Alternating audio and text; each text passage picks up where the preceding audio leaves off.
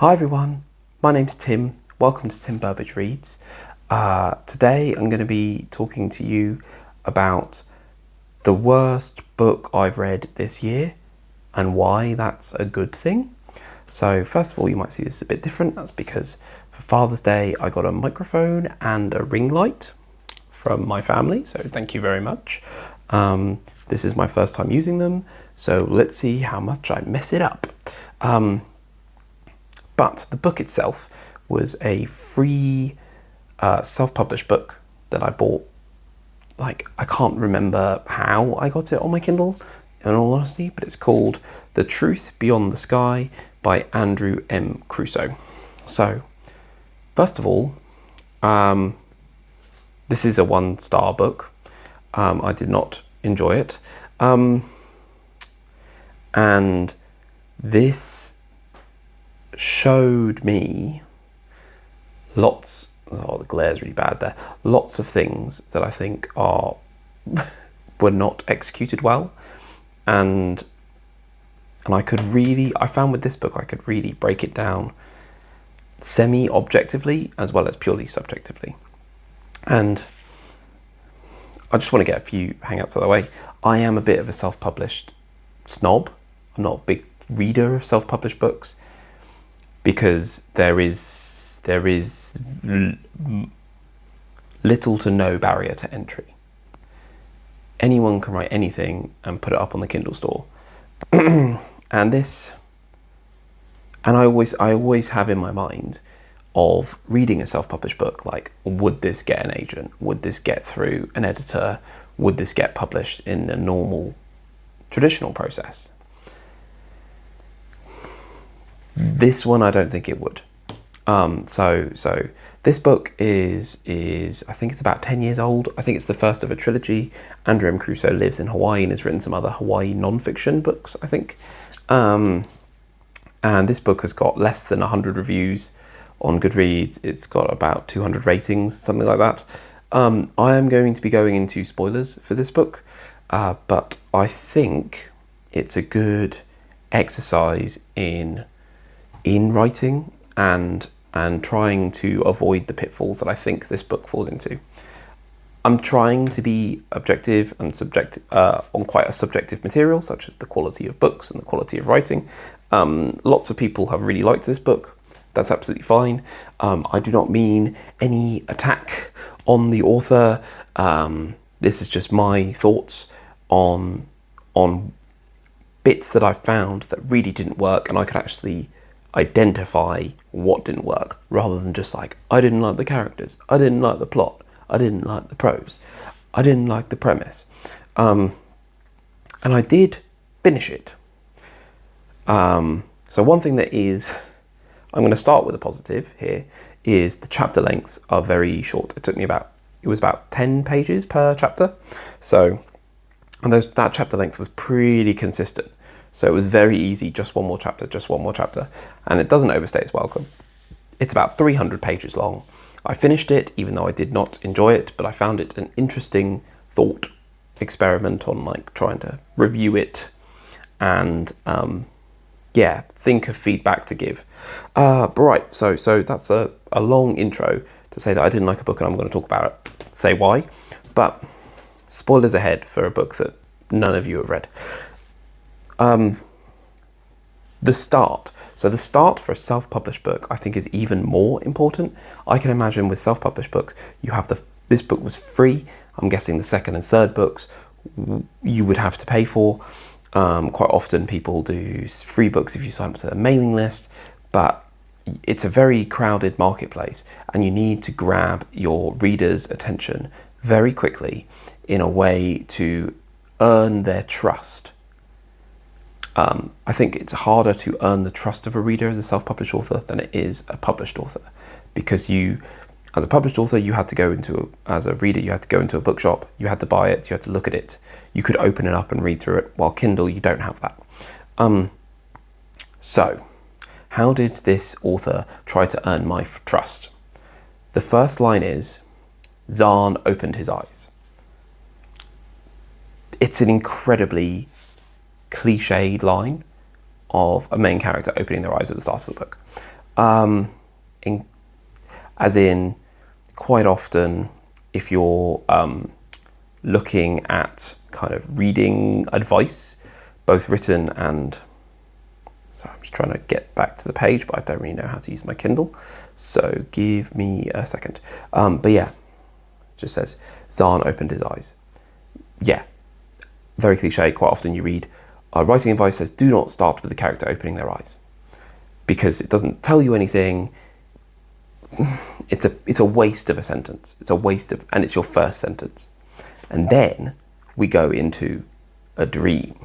So he opens his eyes and he's in a dream. Again, another cliche. And I'm generally not a fan of dreams in fiction much anyway, unless there is kind of magic involved and dreams is a way that the magic works or something like that. I think it's as a tool, it's a, hey, here's some foreshadowing coming. But in here, we get a dream of the main character and his mother disappearing. So it's both a dream and a memory and a flashback, like all in one.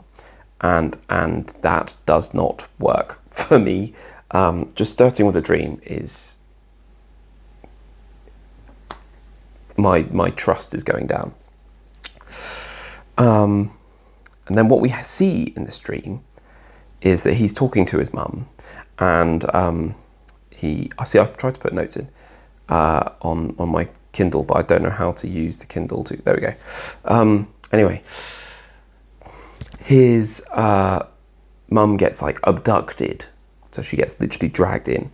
And I'm going to read you this section because it's meant to be really traumatic, and for me it isn't, and I think I know why.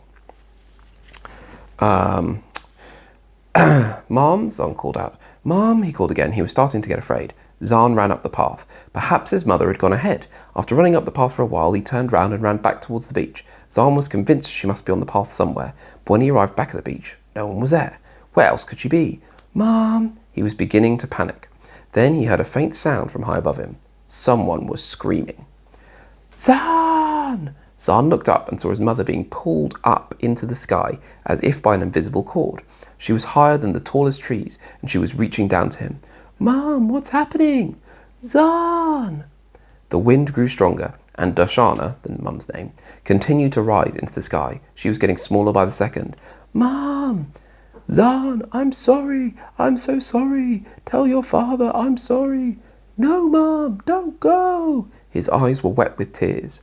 The sand beneath Zan's feet began sinking, taking him along with it. All around him, the wind grew stronger, kicking up sand and causing the ocean waves to become even more choppy. Zan, I love you. And then his mother's voice faded into nothingness as she disappeared into the clouds. Mom! Zan screamed into the sky. So, what? This is like the traumatic event that the character has gone through in the past, and the author is using a dream to kind of show, hey, this happened in the past, without kind of going, be this being a prologue and then saying 5 years later or whatever it is. But what is the dialogue doing here?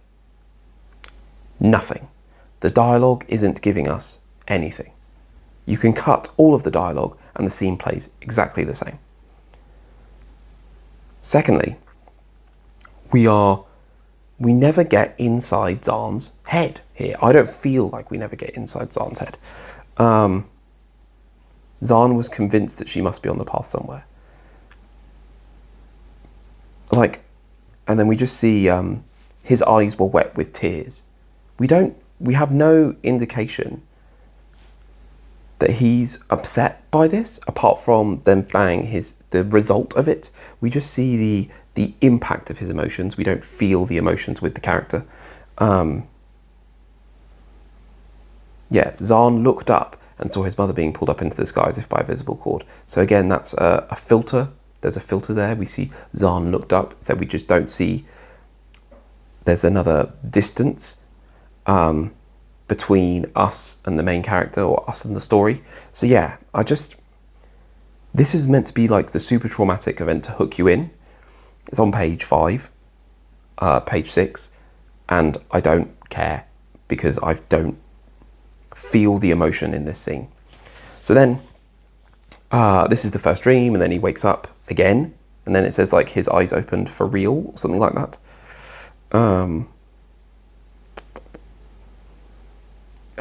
What does it say? Then Zan opened his real eyes. Oof, that's not a nice sentence. And you don't need to have that if you didn't have the first sentence that didn't add anything. This is long. Like, I'm 10 minutes in and I'm on page 6. So I'll try to make this a little bit quicker.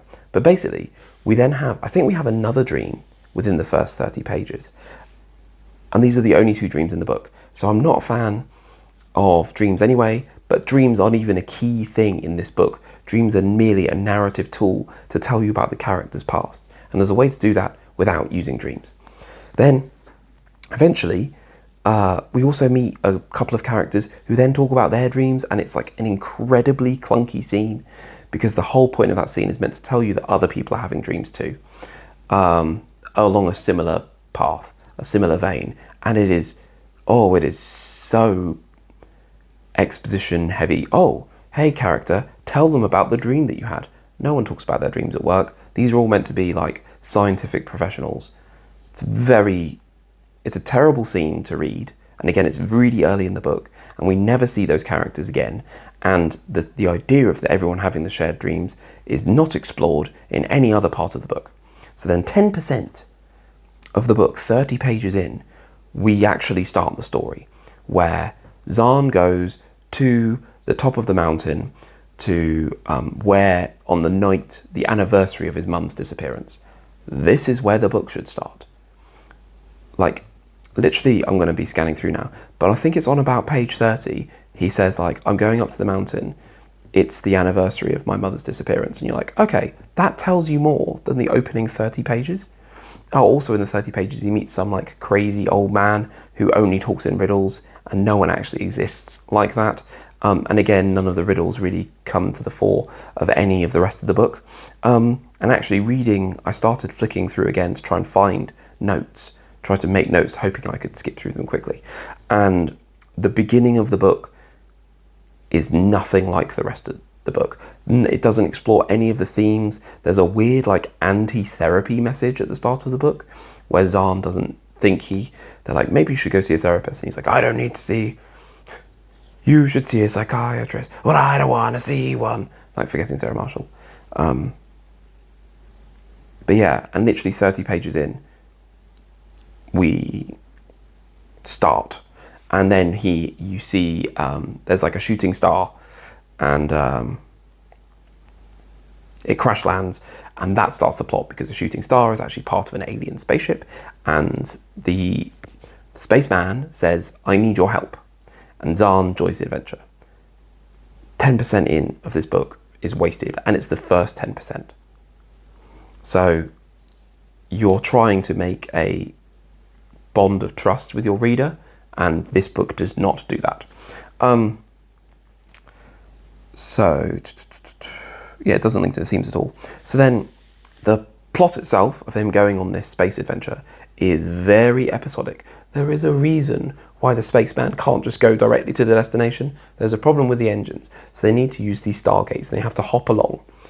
They hop along. Something vaguely interesting happens. They hop along. Something vaguely interesting happens. They hop along. There's no connection to the themes, or Zan as a character doesn't really learn very much on these adventures, on these smaller adventures. His views aren't really challenged apart from, wow, this is amazing. There are aliens. That's it.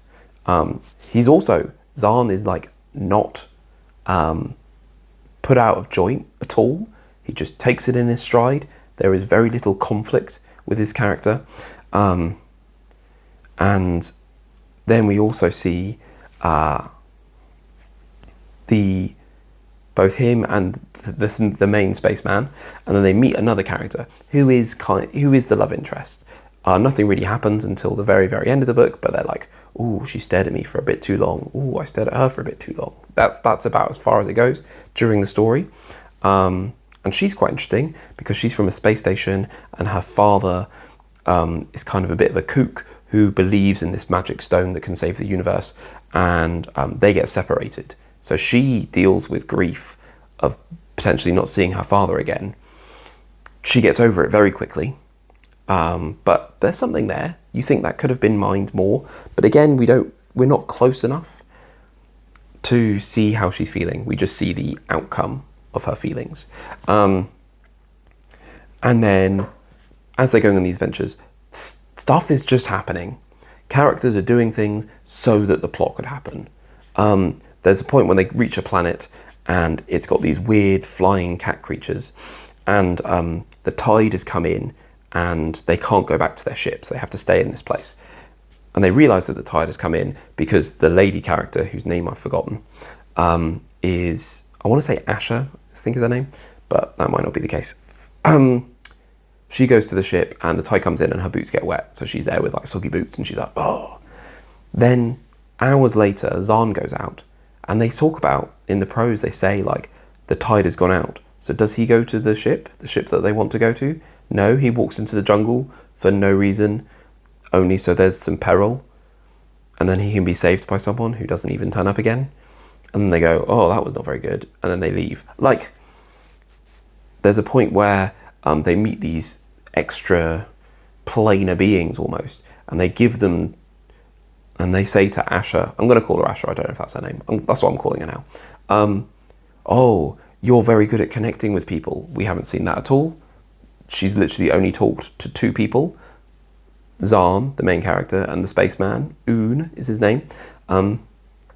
You can be a healer. There is no reason for her to be a healer. She doesn't even do any healing, I don't think, in the story, or she doesn't do very much.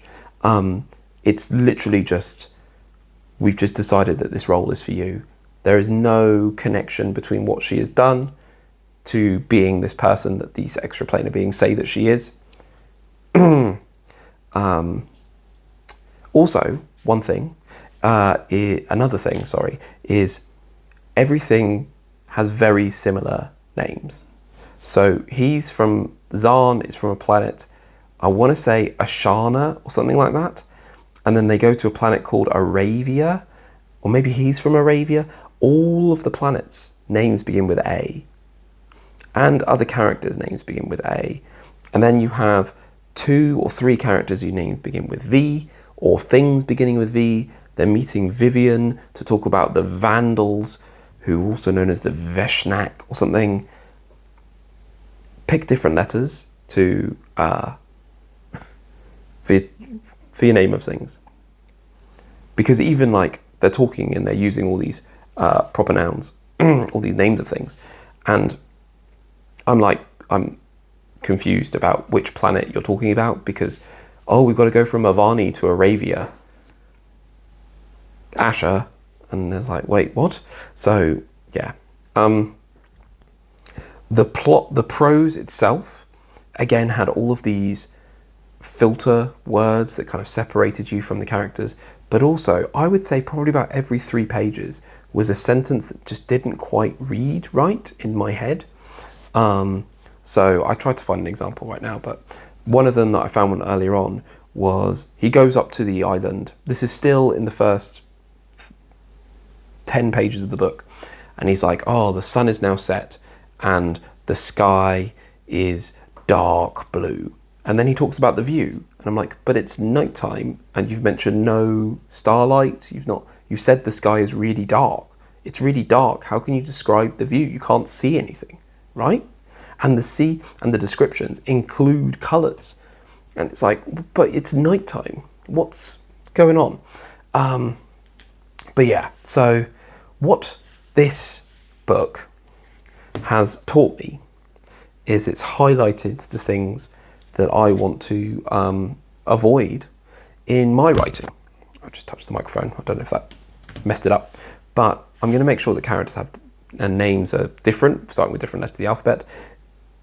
It's try to avoid those filter words. Felt, thought, saw. Don't say that they saw something, just say that something happened.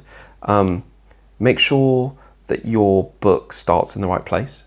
make sure it starts with something exciting. It doesn't even need to be like a big explosion, but the character going through a change, and make sure that the themes of your book, or what you're going through with the book, what the book's really about, is mentioned early on.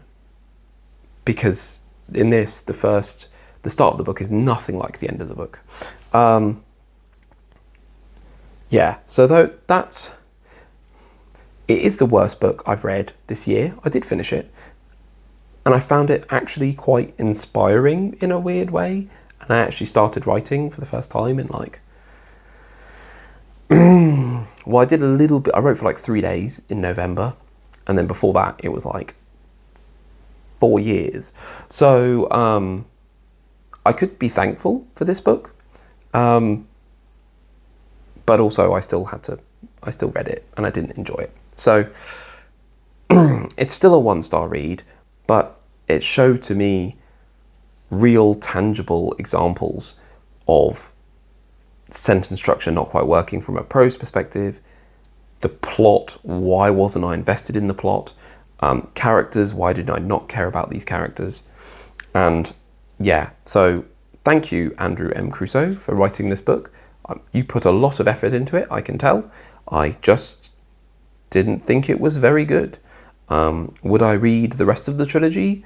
No, but that's okay. I've got a few other self-pubs books on my Kindle that I got for free, and I hope they're better than this one. Anyway, hopefully this setup has worked.